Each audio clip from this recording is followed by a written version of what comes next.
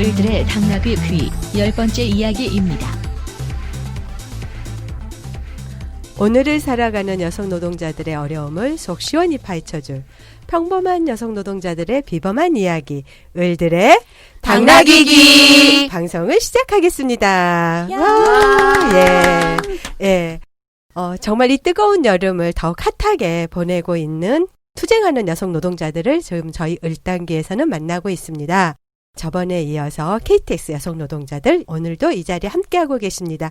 예, 잠깐 소개하고서 오늘의 얘기를 시작을 해볼까요? 네, 안녕하세요. KTX 열차 승무 지부 지부장 김승아입니다. 네, 10년 전에 시작한 투쟁 아직도 이어서 이 자리에 있습니다. 반갑습니다. 반갑습니다. KTX 승무지부 총무 정미정입니다. 저 또한 아직도 투쟁하고 있습니다. 얼른 끝났으면 좋겠네요. 네, 얼른 끝나기를 저희도 기대하고 있습니다. 예. 예, 한국방송통신대학교 법학과 강의 교수 윤애림이고요. 네, 대학의 비정규직 노동자이자 한국 비정규 교수노조 조합원이기도 합니다. 예, 반갑습니다. 예. 저희가 잠깐 저번에 1차 방송 끝내고 이렇게 억울하고 분노스러운 상황에 너무 우아하게 우리가 방송한 거 아닌가? 그런 평가를 내렸는데, 예. 오늘 이제 KTX 노동자의 마지막 편이기 때문에 오늘은 작심하시고, 하시고 싶은 얘기, 분노의 게이지는 그대로 표현하면서 저희들이 오늘의 방송을 또 시작을 해보도록 하겠습니다. 예. 김승아 지부장님과 정미정 총무부장님 아까 말씀하셨는데, 아직도 10년째 투쟁하고 있다.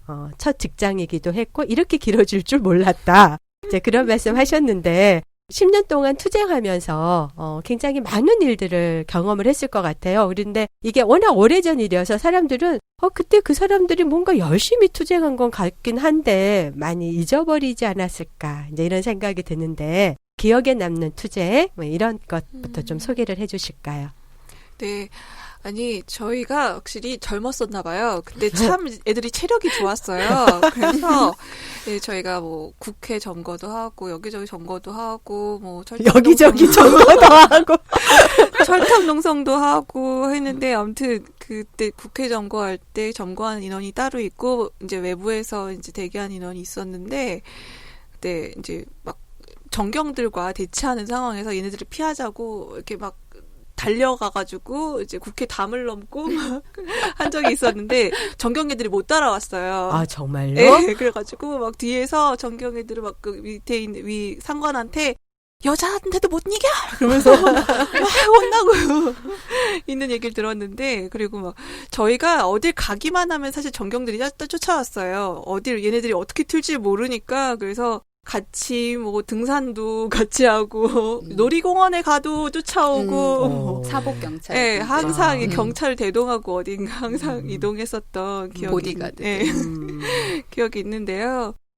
기억에 남는 거라고 하면은 저희 사건에 대해서 노동부나 인권위 이제 판결을 해달라고 해서 이제 판결을 기다리고 있는 상황에서 그쪽 판결이 왠지 뒤집힐 것 같다. 뭐 이런 첩보를 또 받고서는 이제 그걸 예방하기 위해서 뭐 압력 행사하기 위해서 갔었는데 그러면서 이제 저희가 경찰에 연행이 되고 그런 일을 총에서 한 4번 정도 겪었어요. 경찰에 연행된 거가 4번 네. 정도. 네. 그러면서 처음으로 유치장 이런 데도 가보고 갔는데 다들 여자애다 보니까 거기가 그렇게 깨끗하지 않더라고요. 가자마자 물티슈로 방바닥 닦고 있고 아저씨한테 담요 새 거 없냐고 그러고 그래도 어떤 친구는 옆 같은 방에 무슨 도박인가 뭐로 잡혀온 아줌마가 옆에 있었대요. 그래서 아가씨들 어디서 왔어? 그랬더니 노래방?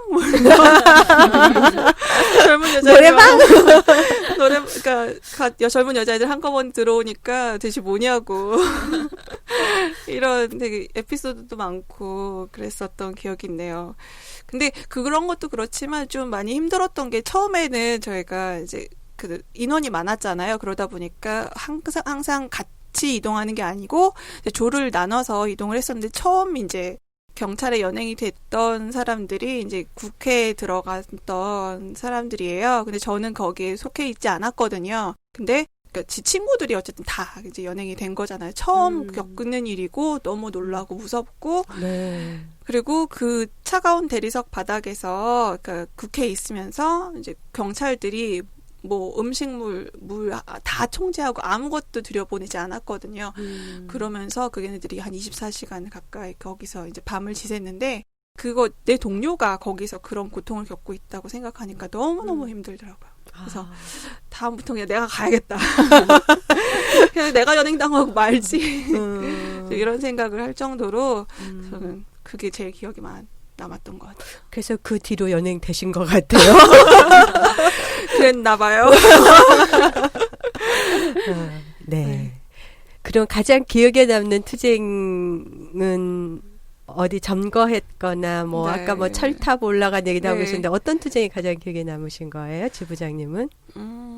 그냥 그런 것들이 사실은 전부 다. 계속 예. 일상처럼 이어왔었고 사실 3년간 그렇게 되게 좀 빡세게 살았거든요. 근데 그런 시간은 굉장히 일부예요. 이제 하루에 24시간이 있으면 이제 그런 억울하고 힘들고 그런 시간도 분명히 있었지만 그 시간 이외에는 항상 내 친구, 동료가 24시간 같이 곁에 있었고 그 친구들과 제잘제잘 거리면서 놀 수 있는 즐거운 시간이 있었기 때문에 사실은 그 기간도 버틸 수 있었던 거거든요. 네. 그래서 옆에 있던 친구들이랑 같이 재밌게 잘 지냈던 시간 이런 또 다른 기억도 있어요. 투쟁이라고 해서 막 무섭고 네. 힘들고 뭐 어딘가에 끌려가고 그런 것만이 아니라 네, 그렇죠. 친구들과 네. 같이 제잘거리면서 사실 그때 또 철탑에 올라갔던 게 이 친구라 아 정미정 총무부장님이 철탑에 네. 올라가셨더랬어요. 네. 이 야리야리한 몸으로 예. 몇 명 안 올라갔는데 2명 네. 올라갔었죠. 2명. 아, 어디에 중요하네요. 있는 철탑에 올라가셨어요? 서울역 KTX 열차 승강장에서 보면 네, 지금은 네. 없어졌어요. 아, 없어졌어요. 네. 어.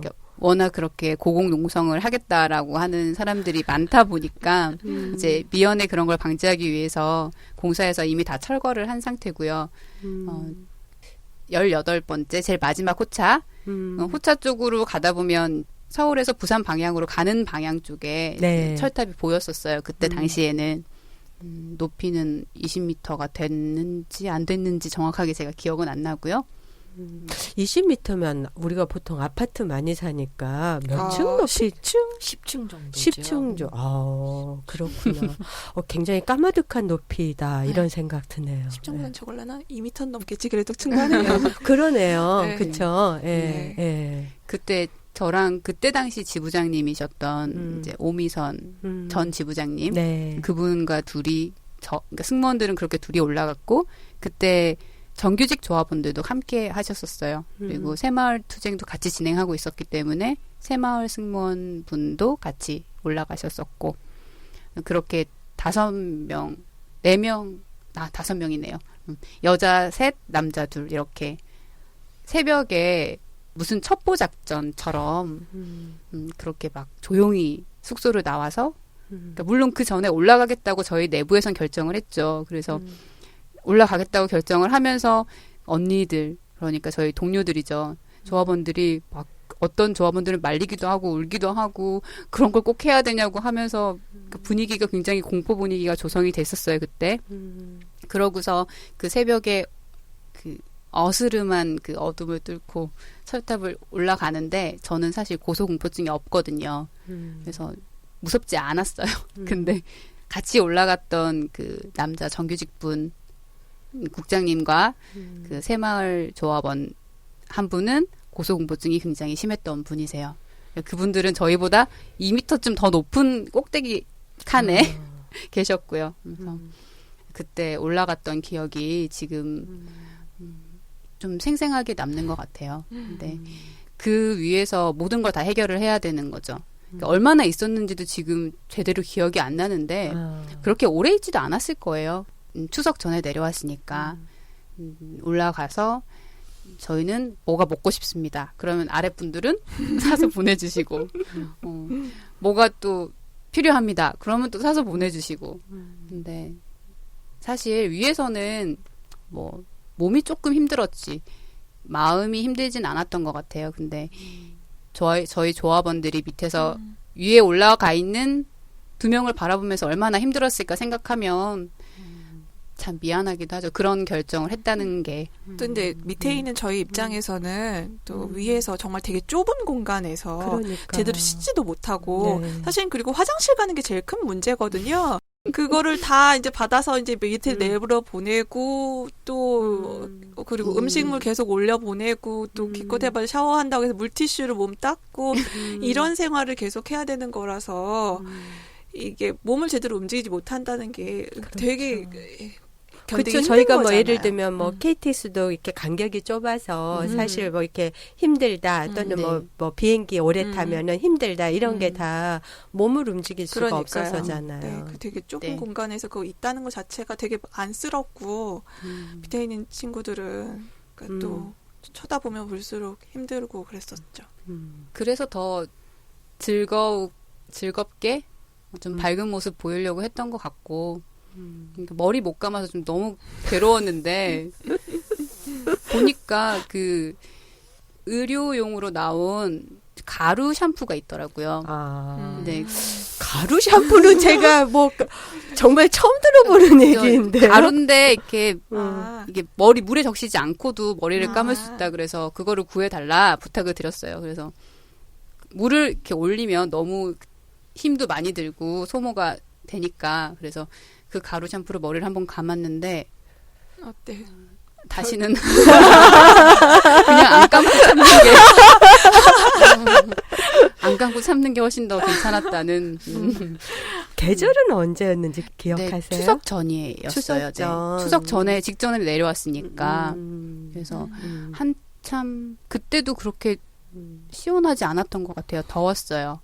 더웠고 그게 바로 태양을 이렇게 마주보는 텐트 하나로 이게 그게 버텨야 되는 상황이라 좀 많이 더웠고 땀도 좀 많이 나고 근데 그거를 물티슈를 하루에 한 통씩 막 써가면서 닦아내고 지금 생각하면은 다시는 그렇게 못하겠죠. 근데 솔직히 저의 그 경험이 지금 막 고공농성 하시는 분들 네. 많잖아요. 네. 예, 그거에 비하면 별거 아니었을 거예요, 아마. 물론 다른 분들이 쉽게 하시진 않으시는 그런 경험이니까 지금은 좀 재밌게 얘기를 할 수도 있겠지만 당시에 이제 밑에서 저희를 바라보는 조합원들은 많이 힘들었겠죠. 그래서 더 즐겁게 하려고 노력했던 것 같아요. 그리고 아까 지부장님이 말씀하셨는데 국회 헌정기념관에 그때도 들어갔었어요, 제가. 네. 아니 보기보다 투쟁의 선봉에 서셨네요. 어떻게 하다 보니까 그렇게 된 거 같아요. 어떻게 하다 아니 이 두 분 다 지금 다 저희. 어떻게 하다 보니까 내가 지부장 됐고 어떻게 하다 보니까 진짜 저희 정말 등록금 투쟁 한번 대학교 때 이런 거 알지도 못했었던 친구들인데 학생 때 전혀 뭐 네. 운동 이런 거는 스포츠만 생각하셨던. 그럼요. 전혀 노조라는 거 알지도 못했는데 어쩌다 보니 어쩌다 정말 보니. 닥쳐다 보니까 내 일로 닥치다 보니까 할 수밖에 없게끔 된 것 같아요. 해야 했으니까. 그때 당시에는 저희가 조별로 활동을 했기 때문에 저희 조가 당첨이 된 거죠. 당첨이 된 거지. 그 국회 헌정기념관을 네. 누가 점거할 거냐 이거를 네, 조별로 네, 네. 하는데 정미정 총무부장님 속한 조가 그렇죠. 저는 그때 조장도 아니었고 그냥 조합원이었어요. 평조합원. 제비뽑기 했었나 그때? 뭐였을까? 뭐였는지 정확하게 기억도 안 나는 아니야 그냥 것 일정 같아요. 배정을 했을 거야. 그랬었죠. 그냥 아무거나 그냥 상관없이. 헌정기념관을 가면 바닥이 다 대리석이에요. 근데 대리석 바닥이 그렇게 차갑다라는 사실을 저는 그날 저녁에 처음 알았죠. 신문지를 까니까 조금 나아요. 온도가 한 2, 3도 올라가는 것 같이. 근데 그 상황에서도 신문지를 덮고 밑에 깔고 해도 밤에 잠을 잘 수가 없더라고요. 거의 뭐 새우잠, 뭐 졸았다고 해야 되나? 계단에 기대서 그냥 잠깐 꾸벅꾸벅 졸았다 정도? 그렇게 했고, 아니, 우리나라 너무 박한 것 같아요. 뭐가 박해요? 헌정기념관 점거를 했을 때 음식이나 이런 거 들어오는 것도 굉장히 박하게 굴더니 분명히 따뜻한 물이 화장실에 나왔거든요. 근데 저희는 여자들이다 보니까 어딜 가면 꼭 세수하고 이제 점거하기 전에 미리 폼클렌징 이런 걸 좀 챙겨가요. 어떻게 될지 모르니까 그렇죠. 로션하고 챙겨가는데 먼저 세수한 사람들은 따뜻한 물을 했어요. 근데 그때가 여름은 아니었던 것 같아. 그렇죠. 봄. 굉장히 추웠는데 따뜻한 물이 안 나오는 거예요. 어느 순간 끊어버린 거야. 그래서 차가운 물로 세수하고 차가운 물로 이렇게 손도 씻고 계속 해야 되는 상황이니까 그게 너무 속상했던 것 같아. 그때 당시에. 바로 그 즉시 국민의 권리를 박탈당하고 범죄자가 되는. 진짜 좀 그랬어요, 저희가. 그래서 화장실에서 따뜻한 물 나오는 걸 굉장히 반가워했어요. 그래서 그런 약간 노이로즈 비슷한 게 있어가지고 어디 가서 화장실에 따뜻한 물이 나오면 너무 반가운 거야. 아, 머리 머리 감아야 돼. 감아야겠다. 항상 따뜻한 물이 나오면 머리 감아야겠다. 이 생각이 먼저. 맞아. 저희 그렇게 사진 찍힌 것도 되게 많아요. 화장실에서 그 핸드 드라이어로 머리 말리는 장면이라고. 그럼 거기에 뭔가 이상한 댓글 달렸을 것 같은데요. 우호적인 댓글 아니고. 아마 그랬을지도 모르죠. 그때는 저희는 이제 살아야 하고 저희가 필요한 거는 이렇게 좀 그 상황에 맞춰서 챙겨야 했으니까 그랬던 것 같아요. 그리고 다음 날 경찰이 들어왔을 때 지부장님이 그게 또 마음 아팠다고 하셨는데 그때는 솔직히 정말 무서웠어요. 그러니까 그런 경험이 처음이었고 그 헌정기념관 바닥에 대리석 바닥에 다 저희 조합원들이 한꺼번에 팔짱을 끼고 누워 있는데 그 경찰 방패 아시죠? 네. 그 방패를 다 하나씩 경찰분들이 의경인지 이제 앞에 딱 장착을 하고 여러 줄을 쓰는 거예요. 앞에 쓰고서는 그거를 구령에 맞춰서 바닥에 쿵쿵쿵쿵 쳐요. 맞아요. 쿵쿵쿵쿵 치는데 그 소리가 거기에 다 울려 퍼지는데 너무 무서운 거예요. 그러면서 저희를 삥 둘러싸요. 그리고 모자 저 이렇게 방패 같은 거 아니 화이바. 화이바.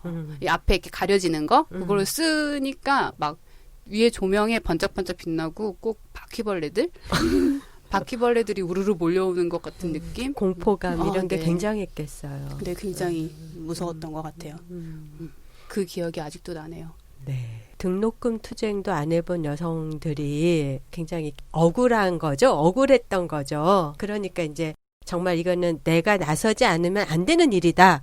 이건 내 일이다. 이제 그래서요. 이렇게 앞 방송에서도 정미정 총무부장님도 첫 직장이라고 말씀하셨는데 그 정도로 뭐 점거를 하고 철탑에 올라가고 이 정도로 했던 거는 이제 그만큼의 억울함의 크기가 컸다라는 생각이 드는데 무엇이 그렇게 억울했던 건지 왜 이 투쟁은 정말 내가 정당하고 내가 할 수밖에 없다. 그런 생각을 했던 거지. 그 누가 시켜서 한 거 아니잖아요. 누가 뭐 나 100만 원 줄게 너 철탑에 올라가서 밥도 뭐 누가 하겠어요. 그러니까 이제 그만큼 이거는 너무 절실한 문제로 왔던 거여서 그 얘기를 듣다 보면 KTX 투쟁은 이래서 그 여성 노동자들이 10년 넘게 싸웠구나. 이제 이런 거를 좀 이해하지 않을까 이런 생각이 드네요. 네.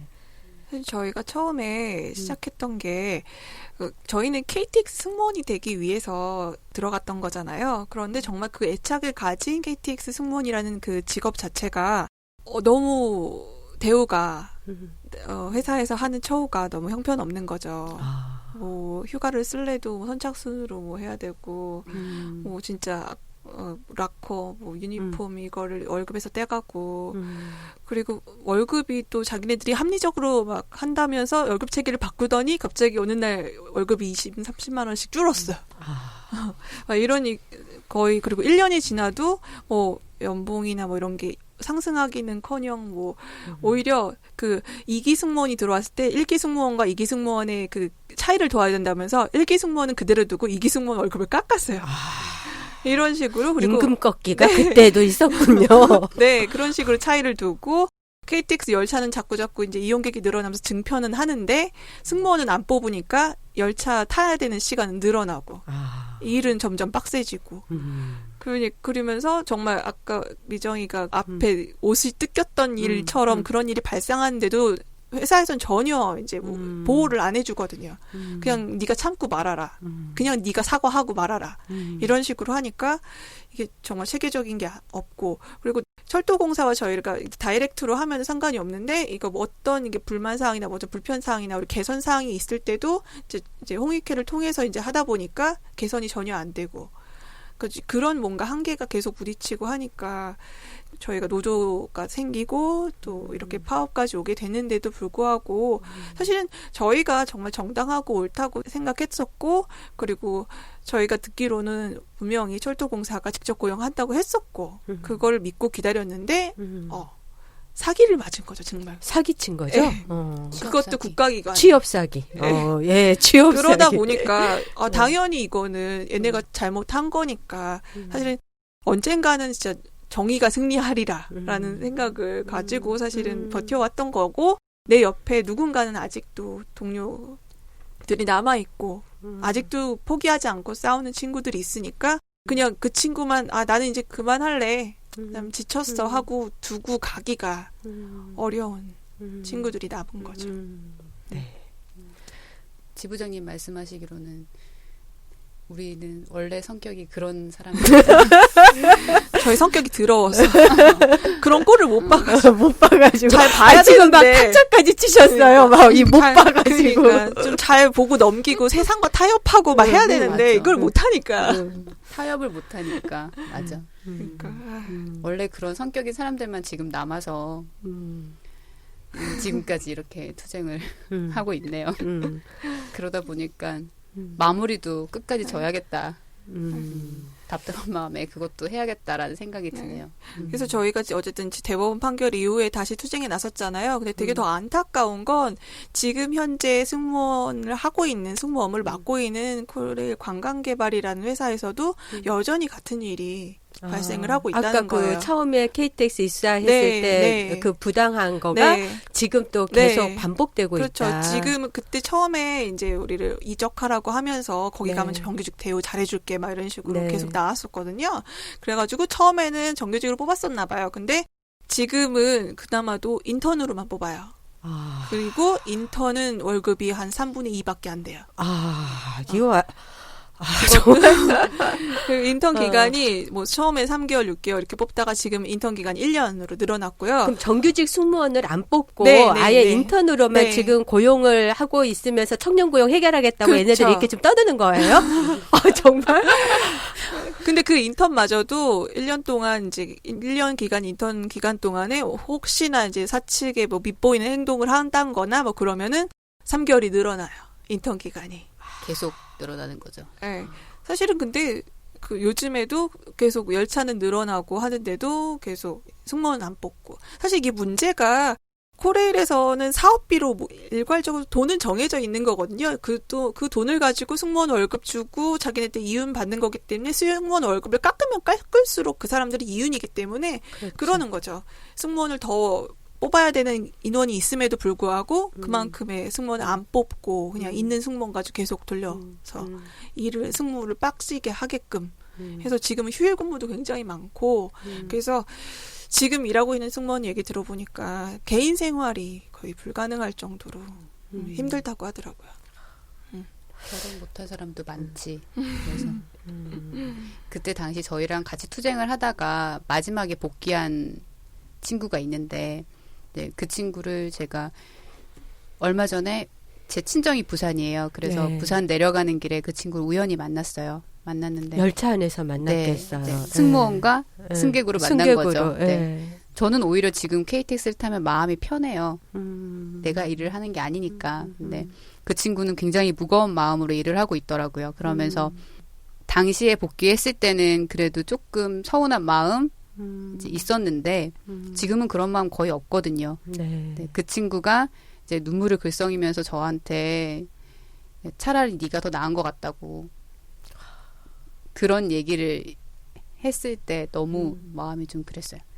그 친구는 사람 만날 시간도 없고 그러니까 결혼도 당연히 못하는 거고 지금은 그러니까 예전 저희 근무할 때는 저는 부산 베이스고 그 친구도 부산 베이스였어요. 그래서 부산에서 서울로 한번 타고 올라갔다가 잠시 휴게 시간 가지고 다시 부산으로 내려오면 그날 하루 일과가 끝나는 거예요. 근데 지금은 부산에서 서울 올라갔다가 서울에서 대전 내려왔다가 다시 서울 가고 그리고 뭐 심한 경우에는 그 다음날 다시 이제 부산 내려오는 열차를 탄다든지 그렇게 이제 하루의 일과가 굉장히 길어진 거죠.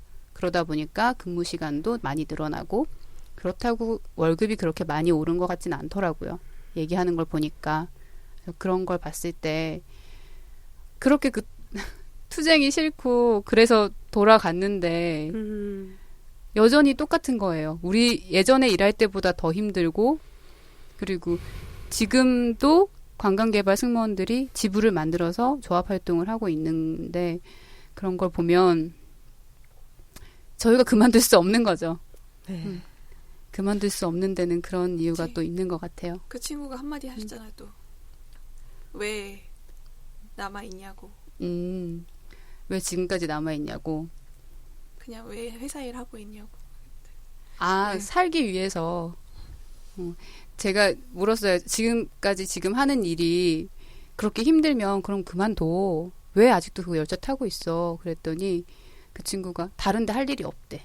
이미 제가 지금 35이거든요. 그 친구가 동갑이에요. 그렇죠. 대학 네. 졸업하고 첫 직장이었는데 네. 10년 지났으니까. 그 친구는 10년 차 일을 하고 있는데 경력이 거기 일밖에 없는 거예요. 그 직장에서 가진 경력으로 다른 데 갈 수도 없고 더 이상 나이가 들어서 받아주는 데도 없고 비행기 승무원 같은 경우에는 비행기를 몇 년 타다가 그 경력으로 다른 회사로 취직을 한다든지 뭐 지상직 근무를 한다든지 뭔가 조절이 가능할 거예요. 근데 이 열차 승무원 지금 그 친구가 일하고 있는 그 자리는 거기서 나오면 더 이상 할 게 아무것도 없는 거예요. 살기 위해서 한다고. 결혼도 안 했고 했으니까 나라도 살아야 될 거 아니야. 그래서 일을 그냥 하는데 그 표정이 정말 되게 밝은 친구였거든요. 네. 여전히 승객들을 보고는 웃어요. 근데 저를 보고 짓는 그 표정이 아직도 기억에 남아요. 일하는 기쁨을 빼앗아 버린 거잖아요. 그 임금은 적게 주고 노동 시간은 길게 하고 사실 처음에 KTX 생겼을 때 이렇게 비싼 기차 누가 탈까 했는데 지금은 이제 다 KTX 타는 거잖아요. 그래서 처음에 KTX 생겼을 때 되게 문제도 많고 막 이랬는데 그걸 다 이제 승무원들께서 그거를 안정화시킨 거죠. 고객의 불만들을 다 처리해 주면서 방패막이 해가지고 안정화시켜서 아마 헛짓 안 했다면은 그렇게 뭐 적자 경영은 안 할 것 같은데 어쨌든지 그렇게 해가지고 이거가 그 성과를 같이 그 KTX를 안정화시킨 노동자들과 함께 나누는 게 아니라 여전히 일의 강도를 더 높이는 방식으로 쥐어짜서 정말 일하는 사람이 전혀 기쁘지 않은 그런 KTX를 만들었다는 게 정말 또 이렇게 저희가 당장 또 타면 승객이니까 세월호도 생각나고 그러네요. 사실 저는 두 분 말씀 들으면서 이제 요즘에 정부가 이 청년 일자리가 중요하다. 그래서 정부가 하고 싶은 얘기는 노동계가 양보해라. 지금 직장에 있는 사람들이 임금을 양보하고 그래야 청년 일자리가 늘어나고 생긴다라고 많이 얘기를 하는데 지금 두 분의 말씀에서 드러나는 것처럼 사실 청년의 일자리를 파괴하고 생애 첫 일자리를 비정규직으로 하고 하도록 만든 그 장본인이 바로 맞아요. 정부라는 거죠. 네, 출산도 못하게 하고 예, 지금의 청년들이 고통 겪고 있는 이 문제의 사실은 출발점은 IMF 외환위기 이후에 공공부문에서 이렇게 비정규직 늘려 사용을 하고 이제 그러면서 말씀하신 것처럼 청년의 첫 직장을 그것도 정부가 사용자라고 하는 공공부문에서 정말 장시간의 저임금에 차별받는 이런 일자리로 만들어낸 게 지금 정부인데 지금 이제 적반하장인 것이죠. 이것을 노동자들에게 더 양보해라. 뭘 더. 네, 더 내놓아라. 그렇게 얘기를 하고 있는 것 같은데 사실 저는 두 분 얘기를 들으면서 많이 화가 나기도 하지만 많이 화가 나고 지금도 달라지지 않았다라고 말씀을 하시지만 또 한편으로는 그런 생각이 들었어요. 근데 요즘의 청년들이 실제로 그러다 보니까 좋은 일자리가 안정된 일자리가 없어서 많이 고통을 받는데 어떻게 보면은 10년 전에 요즘에 청년들 나이셨잖아요. 근데 정말 용감했다. 이렇게 노동조합을 통해서 자꾸 두 분은 우리는 어쩌다 보니까 이렇게 됐다라고 하지만 그런 용기를 낸다는 게 저부터도 쉽지가 않거든요. 그렇죠. 네. 아니 근데 정말 어쩌다 보니까 인 게 우리 주제는 어쩌다 보니까인가요?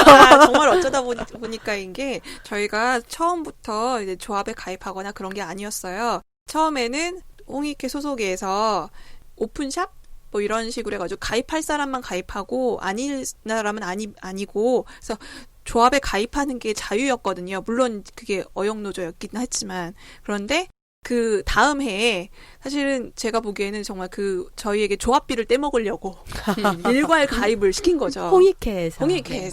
그 어영노조에서 네. 어쨌든 일괄 가입을 무조건 가입을 다 시켜가지고 이제 조합비를 떼가기 시작했어요. 하지만 근데 조합이 생겼으니까 저희 안에서 지부장도 생기고 간부도 생기고 이제 뭔가 저희들의 의사 표현을 해서 한 목소리를 낼 수 있는 창구가 생긴 거죠. 그러면서 사실은 저희 목소리를 내기 시작했던 거예요. 사실 그마저도 없었으면 그냥 각자 억울하고 말았을 텐데 지부장이 생기고 하니까 언니가 이제 협상 들어가가지고 조합이랑 얘기를 해봐도 회사가 어렵다. 니네가 참아야지. 같이 어려움을 이겨나가자. 뭐 이런 식으로만 얘기하고 전혀 이제 의견 피력하는 걸 반영이 안 되니까 그 옆에 있던 철도 노조와 이제 친하게 지내면서 이제 너네가 꼭 거기에 있을 필요는 없다. 우리랑 이렇게 같이 조합을 바꿀 수가 있다 해서 철도 노조 민주노총으로 바꾸게 되면서 이제 제대로 저희가 뭔가 정말 제대로 된 협상도 시작하게 되고 또 파업도 하게 되고 네. 하면서 사실은 투쟁이 시작된 거죠. 네. 어찌 보면 사실은 정말 그것 때문에 저희가 조합을 만들어준 공이 홍익회에 있어요.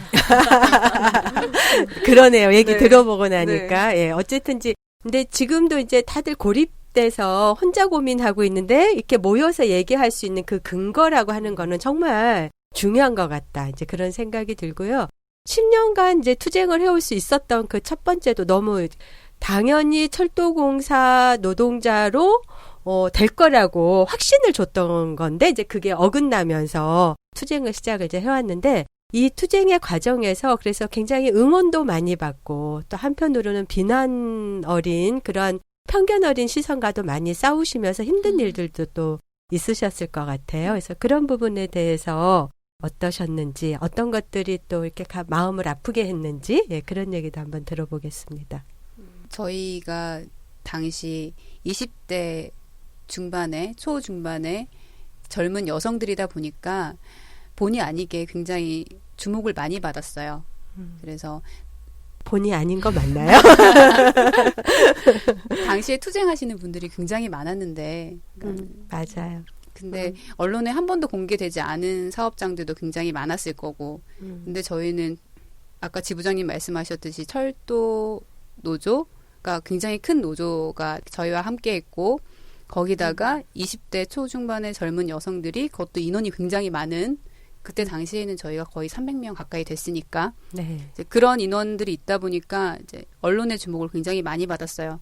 그래서 기사도 당시 어디 점거를 하거나 뭘 하거나 하면 굉장히 기사도 많이 나오고 근데 그 기사의 아래 댓글들 뭐 제일 심한 거는 정규직 해달라고 떼쓰는 거 아니냐라는 얘기 근데 사실 그 얘기를 들을 때 제일 속상한 게 저희는 떼쓰는 거 아니거든요. 그렇죠. 저희도 정말 정규직으로 시험 보고 뽑았으면은 제대로 들어갔을 거예요. 저희 공부 그렇게 못하지 않았거든요. 정말 난 정말 얘기해줄 그 댓글 다는 너보다는 잘했을 것 같다. 성적도 까보랴. 맞짱 뜨자. 진짜 그러고 싶은데 그래서 저희는 KTX 승무원이 되기 위해서 갔던 거지 비정규직 외주 위탁이 되려고 갔던 게 아니거든요. 근데 승무원이 되기 위해서는 그 길밖에 없었어요.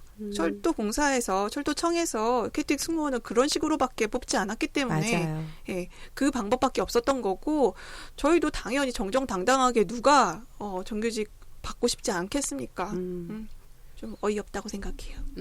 근데 참 그거 관련해서 KTX만이 아니라 뭐 현대자동차도 그래요. 예, 많은 현장에서 당연히 권리를 주장을 해야 돼서 노동자들이 자신의 정당한 권리를 주장을 하면 그런 반응들이 굉장히 많이 나오거든요. 정규직 시켜달라고 떼쓰는 거 아니냐. 특히 이제 공공 부문이면 공무원 시켜달라고 지금 떼쓰는 거냐. 그러면서 뭐 시험도 다르게 보고 소위 말하면 스펙도 다른 거이고 정규직은 다르게 뽑는데 저는 이게 이제 좀 일반인들이 잘못 생각하고 있는 부분이기도 하지만 크게 못 보고 있는 게 방금 말씀하신 것처럼 일자리가 이미 비정규직으로 다 짜여져 있기 때문에 어떤 노동자건 그 일을 하려고 하면 비정규직이 될 수밖에 없는데 거꾸로 회사는 너희들은 정규직과 다른 통로로 들어왔고 정규직과 다르게 채용이 됐기 때문에 이 정도 대우를 받는 것이 합당한 것이다라는 논리를 만들어내고 근데 그거를 우리 보통 사람들이 참 쉽게 그냥 생각을 하게 되는 것 같아요. 쉽게 받아들여지게 되는 것 같고 그리고 그런 부분들이 많이 먹히죠.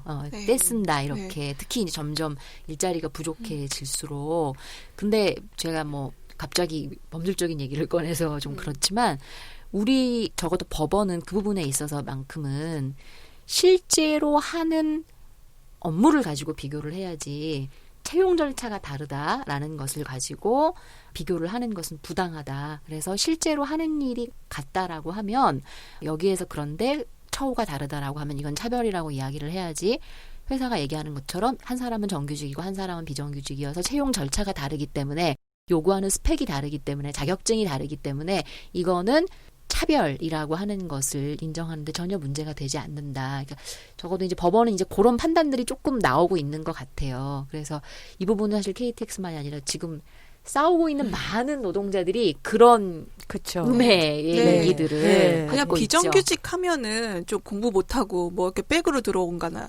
편법으로 들어왔다고 생각하시는데 사실 지금 요즘에 거의 대부분의 일자리가 비정규직밖에 없어요. 그러니까 아까 그래서, 그 그래서 KTS도 오히려 지금은 보면은 비정규직으로 일하는 친구들이 옛날에 정규직에 들어왔던 사람보다 스펙도 훨씬 높고 훨씬 더 뛰어난 사람들이 많다고 보거든요. 네.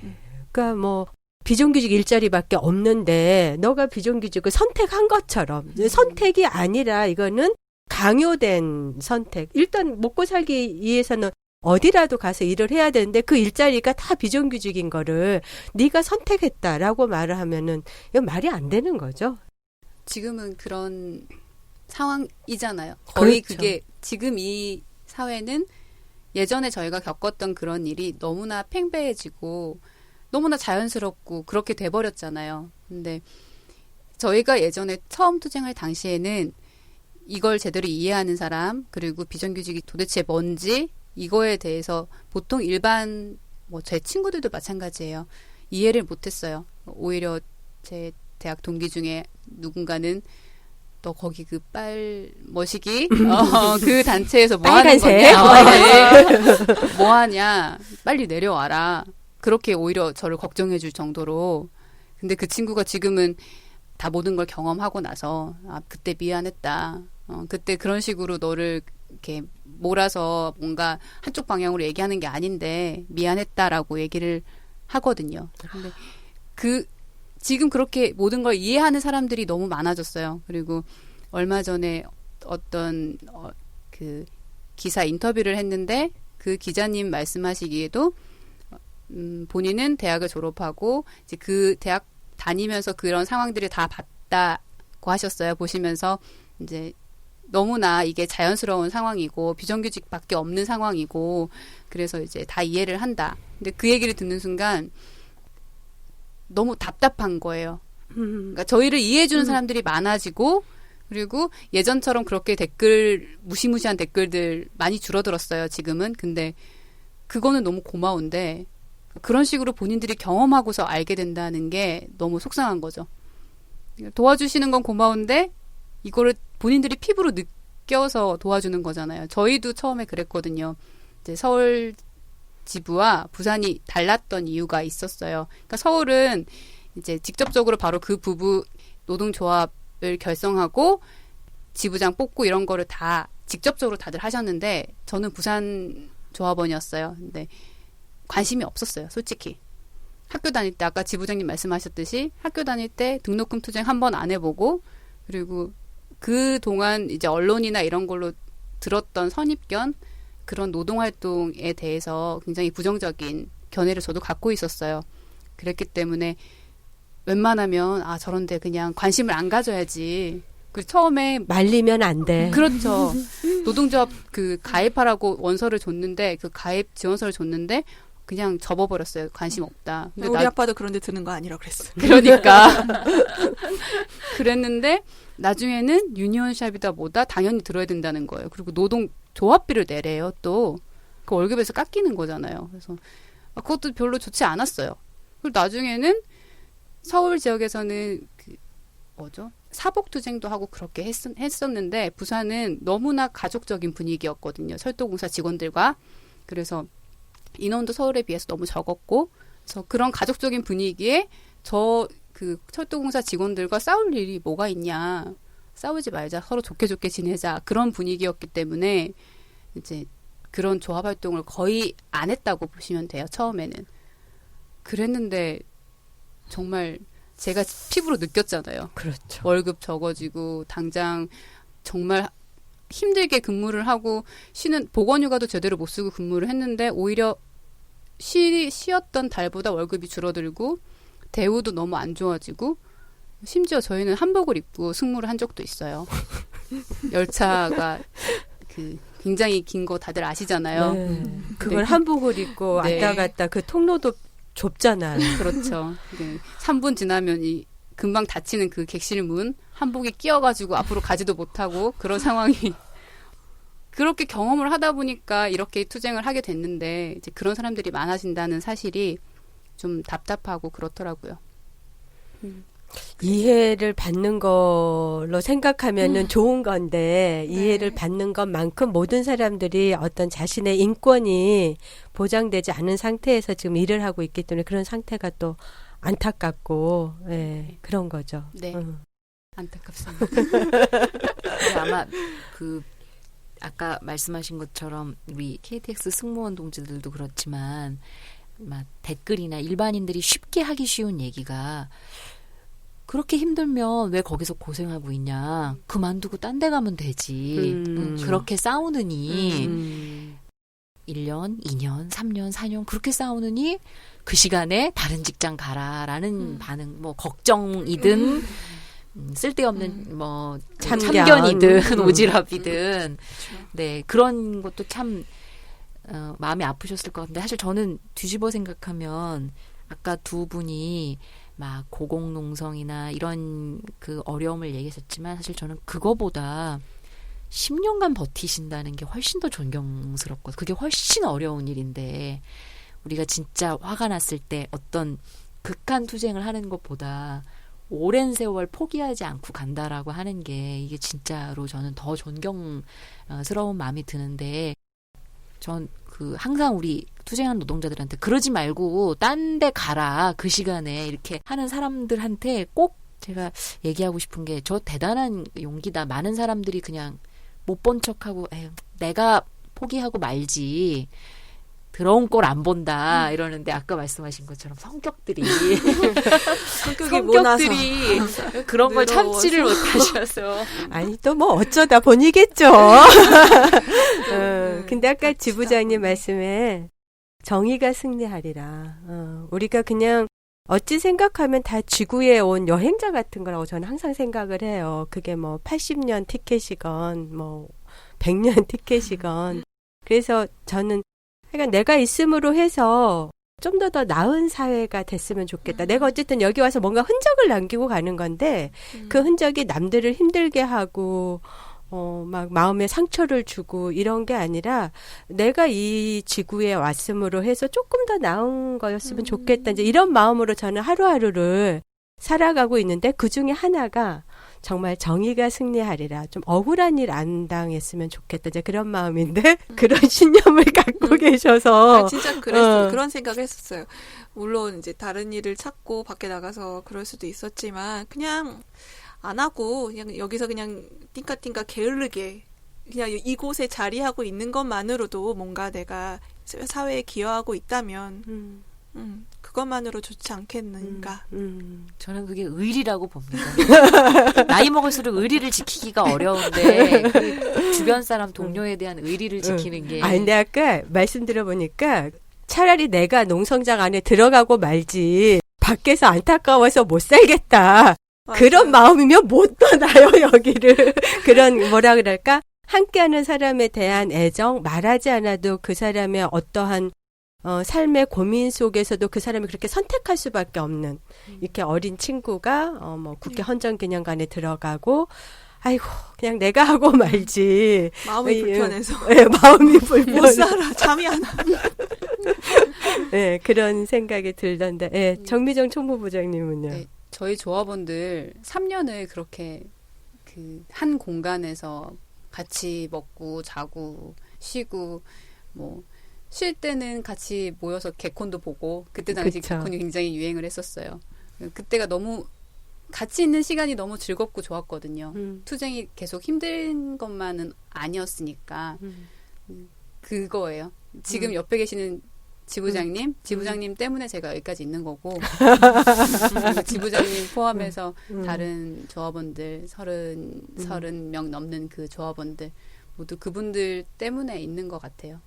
같이 3년 동안 그렇게 막 부대끼고 살다 보면 남자분들은 3년으로 군대를 가시잖아요. 네. 저희는 군대 갔다 온 남자분들처럼 모였다 그러면 옛날 얘기하고 저희 진짜 군대 간 것처럼 치거든요. 그리고 우리는 야 실전 경험도 있어. 우리는 특수 작전도 폈다.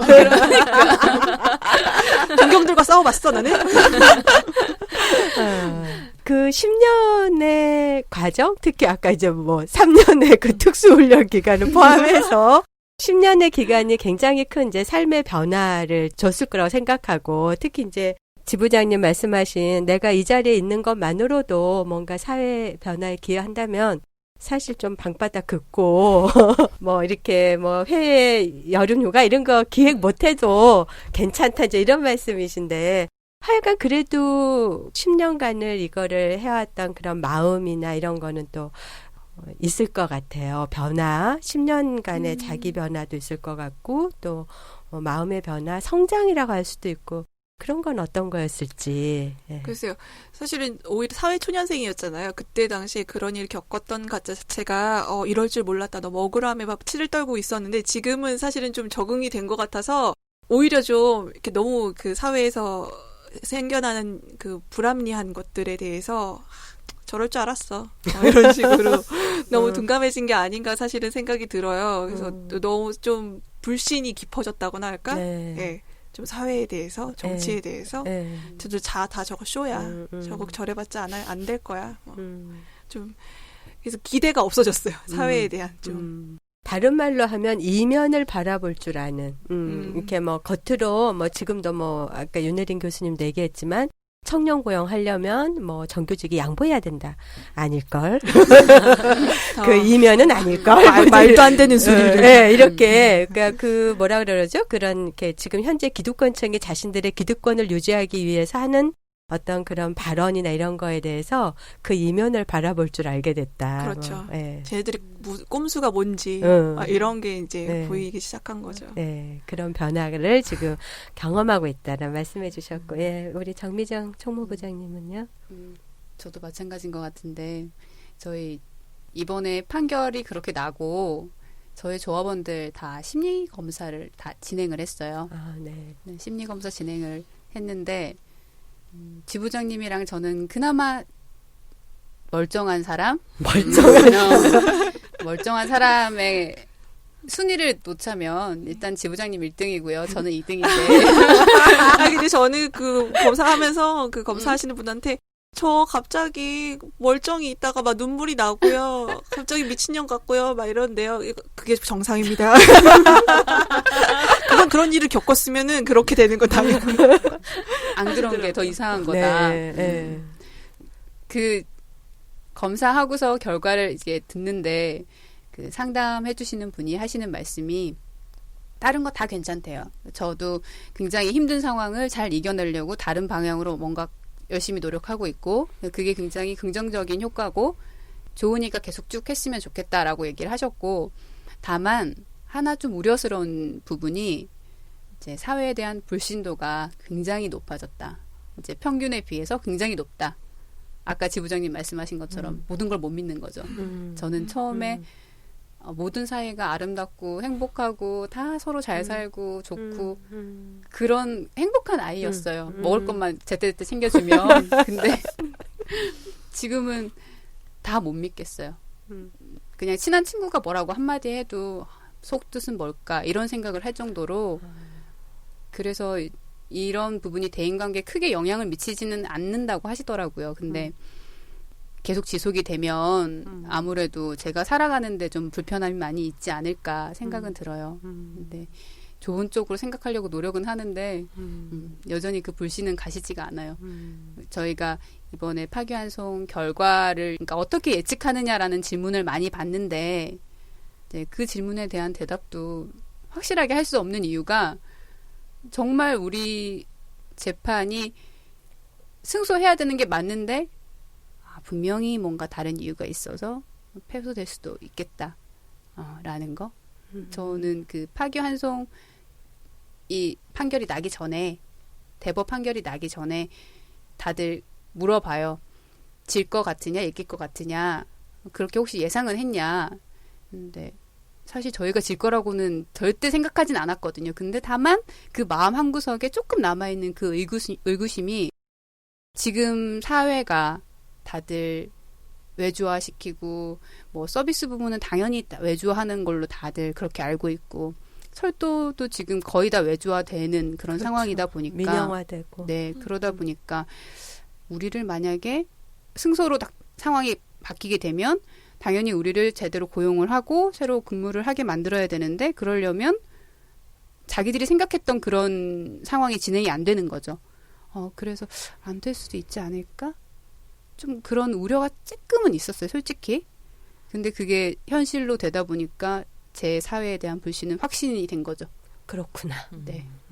게다가 그 임금 문제도 받았던 그 임금조차도 다 토해내라 해가지고 어떻게 생각하면 우리 사회가 이래서는 안 되겠다라는 그런 정의감에서 이 투쟁을 출발을 하셨는데 그것에 대해서 충분하게 우리 사회가 보상하기는커녕 도리어 정당하다고 생각했으니까 임금 지급을 판결을 해놓고 이걸 다 뒤집어서 지금에 와서 이 빚쟁이로 만드는 이 정말 이건 뭐라고 말을 해야 돼요. 이 여성 노동자들 이제 20대 막 출발해서 정말 국가로부터 사기당해가지고 시작을 했는데 그동안 받은 임금도 다시 토해내서 빚쟁이로 만드는 이러한 판결.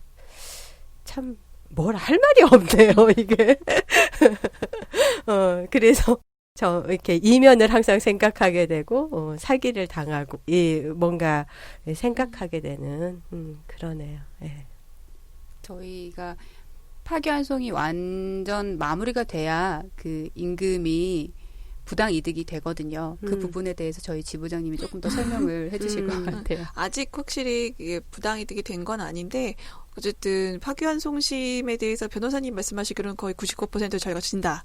그거를 대법원한테 이제 반기를 들어서 다시 대법원으로 항소를 하게끔 이렇게 할 수 있는 고도등법 판사는 이게 흔치 없다. 않을 거다. 그리고 지금 저희가 배정된 고법 일부가 그런 명령을 아주 충실하게 따르기로 아주 유명한 그런 대로 좀 더 재판이 배정이 된 거예요. 네. 그렇고 해서 사실은 파기환송심에 대한 기대는 거의 없다고 보시면 되고요. 이제 파기환송심이 끝나게 되면 이제 끝난 순간부터 이제 그 저희가 받은 임금이 부당이득이 되고 이제 공사에서 저희한테 이제 반환하라라는 요구가 오면 그때부터 이제 5%인가 하는 이자가 붙고 또 이제 반환 소송을 걸어서 이제 판결이 나게 되면 그때부터 법정이자 20%가 붙기 시작하는데 이게 복리인가? 그래가지고 어마어마한 그런 액수가 되는 거라서 사실은 아직은 내일 같지가 않죠. 실감이 안 되는 것도 있고 그럴 사실은 것 같아요. 되게 물론 돈도 없지만 갚을 돈도 없지만 이게 되게 억울해서 갚기도 싫고 있어도 못 주겠고 갚을 수도 없고 하는 이런 상황인지라 어떻게 될진 저희도 잘 모르겠어요. 네. 어쨌든지 그거를 기정사실로 받아들이지 않고 다시 투쟁을 시작한다고 하니까 많이 우리들이 또 연대하고 정말 정의가 승리하리라라는 그러한 마음으로 다시 우리가 만나야 되지 않을까 그런 생각이 드네요. 네. 네.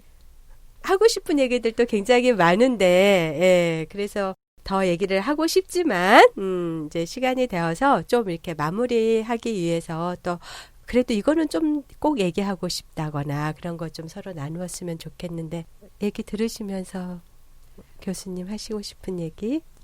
저는 이 말씀을 꼭 드리고 싶은데 요즘에 정부 정책에 보면은 그 두 가지 중요한 키워드 정부가 굉장히 챙긴다라고 하는 게 청년, 두 번째가 경력 단절 여성 아닙니까? 이 두 가지 웃지요. 문제를 웃지요.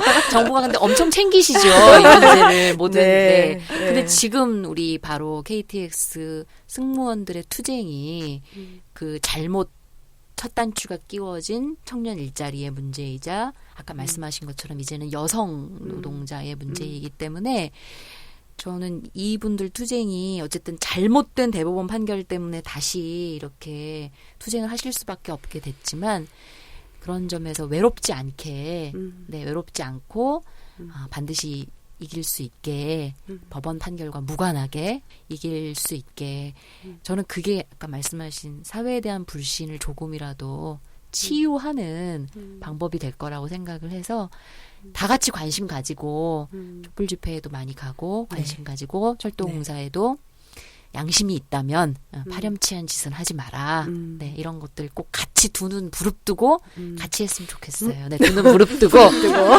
철도공사도 아까 말한 것처럼 청년 이런 얘기 하지 말고 네. 네. 지부장님. 네, 교수님께서 이제 정부가 이제 청년과 경력 단절 여성을 많이 챙긴다고 하셨는데 그 챙기면서 실제로 하고 있는 그 정부의 태도를 대법원 판결문으로 명확하게 보여주고 있다고 저는 생각을 하고요. 여기에 굴하지 말고.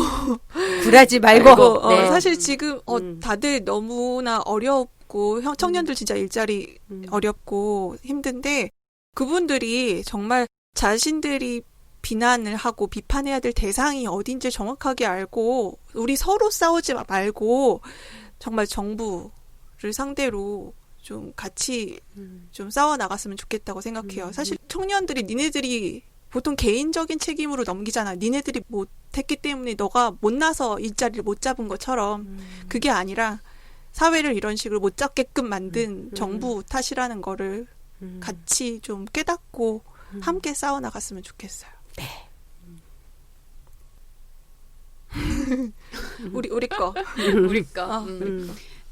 저희 매달 서울역 위치는 바뀔 거고요. 매달 촛불문화제 진행을 할 예정이고 그 관련된 그런 정보나 이런 거 페이스북 페이지 KTX 크루 검색하시면 저희 페이지 오실 수 있으니까 오셔서 관심 있게 내용 읽어주시고 답글도 써주시면 정말 감사하겠습니다. 네. 저희 딸이 대학교 3학년인데요. 이런 얘기 들었어요. 제가 이제 KTX 여성 노동자들 만난다 그랬더니 엄마 우리 다 관심 있게 지금 보고 있어. 왜? 그랬더니 아니 그 언니들 대학 졸업하자마자 비정규직 취업했잖아. 넘 얘기 아니잖아. 이런 얘기 하더라고요. 그래서 옆에 없는 것 같지만 많은 분들이 이 투쟁의 정당함에 대해서 이제 다 마음은 있으니까 마음 모아서 또 이 방송도 널리 퍼져서 팟빵순위 100위 안에 꼭 들고 알려서 정말 정의가 승리하도록 힘들게 일하시는 분들이 정말 웃으면서 노동의 기쁨을 찾을 수 있도록 저희들이 함께 해나갔으면 좋겠습니다. 오늘 이 자리 함께 해주셔서 감사하고요. 저는 매주였습니다. 감사합니다.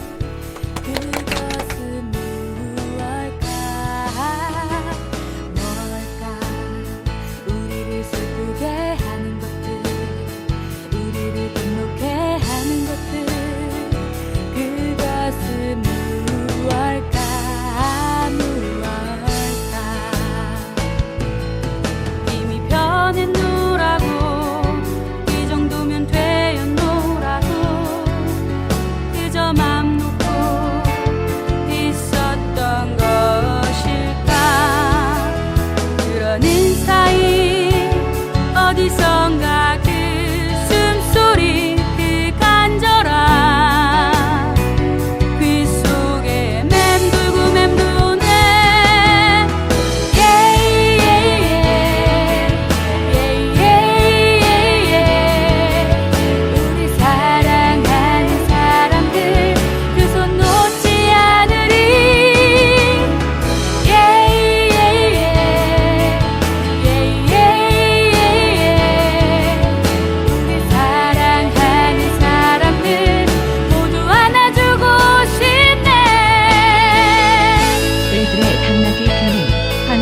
여성재단의 성평등한 사회 만들기 지원 사업으로 한국여성노동자회에서 제작합니다.